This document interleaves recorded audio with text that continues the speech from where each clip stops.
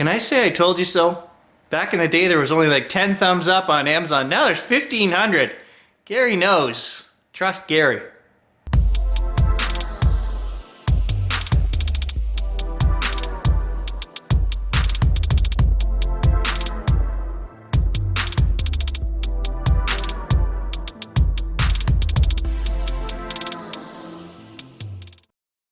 Good morning guys, Unfrequented World, and today I'm just shooting the birds at the bird feeders here.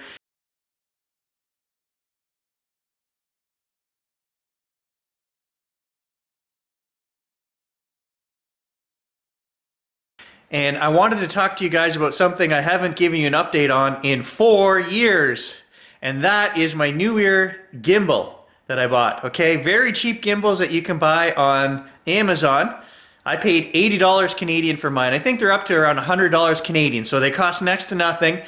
I did review it initially for you guys. I had to spend 20 minutes in the garage cleaning out the grease and doing a few little changes, which I made a video on, okay? I can see little bits of, it looks like this hard black material kind of gumming up the works in there. So the first thing you're going to want to do is clean that all off. We'll put the link down below to that. I'll show you guys basically what I did to this thing. And then I used it for a year. Carried it everywhere outdoors. I'm on the trails outside in Canada, inclement weather all over. Didn't have any problems, but after a year I had 2 of the little rubber bushings that I put in here wear out, so I replaced those. I made a video on that. I showed you guys that as well. I can't complain. Out of a couple pieces of rubber I've gotten 100 hours use, so you can do that route as well.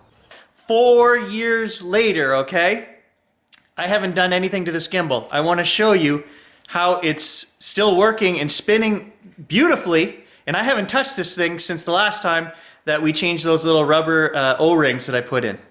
So here's the gimbal, and I'll show you guys with one finger.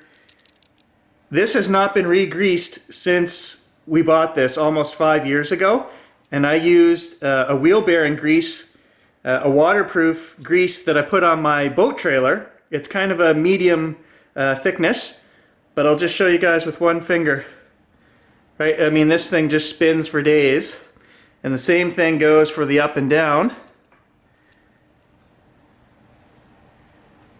It just works, right? This is 5 years and I haven't had to do anything.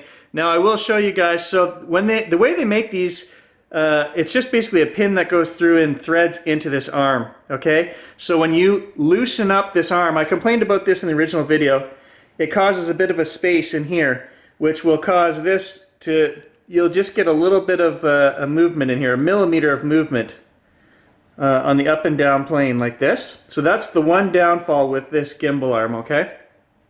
I put 2 spacers in here, 2 O-rings, so that when you tighten this up, you get a bit of play, so it gradually tightens as you're spinning this. It doesn't go from off to on.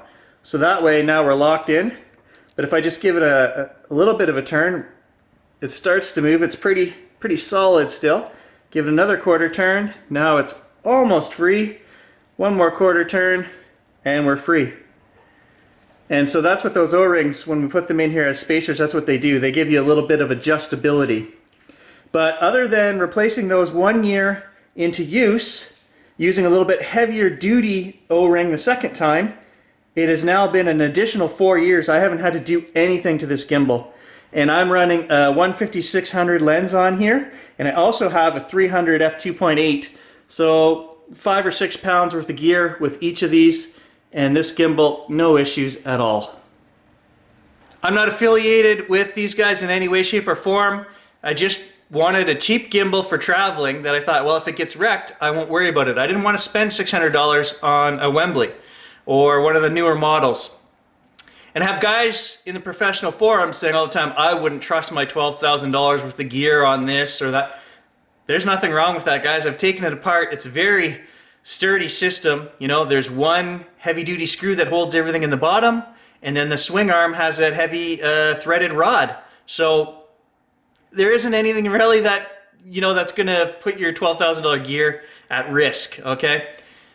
Guys, just like peace of mind. Oh, I spent $700 on my gimbal. Well, I guarantee you, the only thing that that I don't like about that gimbal is, like I say, the way it's built to save money, they just put that rod through there and it threads into the arm.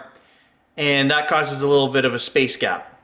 You can fix it in the garage if you want to spend 20 minutes and save yourself 600 bucks. I did. 5 years later, mine's still working fine. I just want to look on Amazon and show you guys what model they're selling now that would be comparable to the one I bought from 5 years ago. And I'll show you guys. There you go. Look at this. They are up to $100 now. I think I paid $89 5 years ago. So they've gone up 10 bucks, okay? And I think they've made some improvements. If you look at the people's reviews, 1,498 reviews and giving it 4.5 stars, okay? 61%. I probably should be getting a cut from these guys because back in the day there were a couple adjustments that you had to make to this thing. I don't know if that's still true or not, but overwhelmingly positive on Amazon. So take it for what it is, guys. $99. So just a couple of things to end the video here, guys. Go back and watch my original video. Even if you buy one of these now, it's still worth your 20 minutes to take it apart and clean the grease out of there and the bearings down below.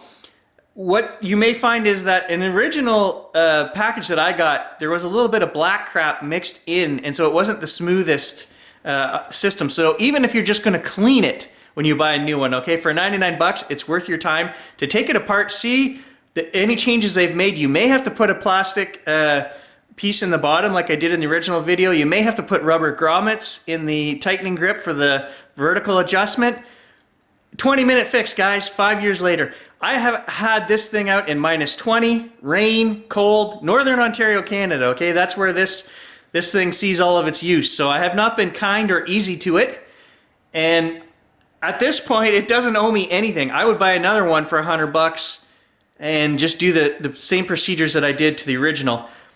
You can take it and just use it right out of the box. And I've had some people contact me and tell me that they did buy a newer version and that they seem to have a better quality control on it than when I bought mine. There was no garbage in the grease down below. If you're going to use a grease and you're in a cold climate like I am, use a medium, like a bearing grease you get for your trailer or something like that. Don't use too light because you'll have to replace it. Within 5 years now, we would have had to redo that greasing if we use a really light grease. The medium grease lasts longer. As you saw, I can still spin mine with one finger, and it's not going to freeze up. If you use too thick of a grease, and you get into cold weather, I'm outside, we've still got 4 feet of snow out here. What will happen is it'll really slow down the movement. It gets thick and it starts to almost freeze in temperatures up here in northern Canada. So a medium grease is what Gary recommends. You can't go wrong with this product, guys, and I'm not affiliated with them. So thanks for watching.